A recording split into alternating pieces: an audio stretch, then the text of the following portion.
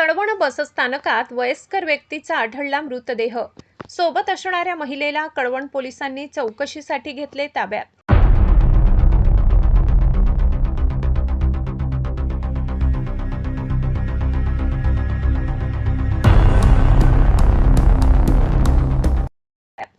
कळवण बसस्थानकात दिनांक 13 ऑगस्ट दुपारी 4:30 सुमारास एका वयस्कर व्यक्तीचा मृतदेह आढळून आलाय.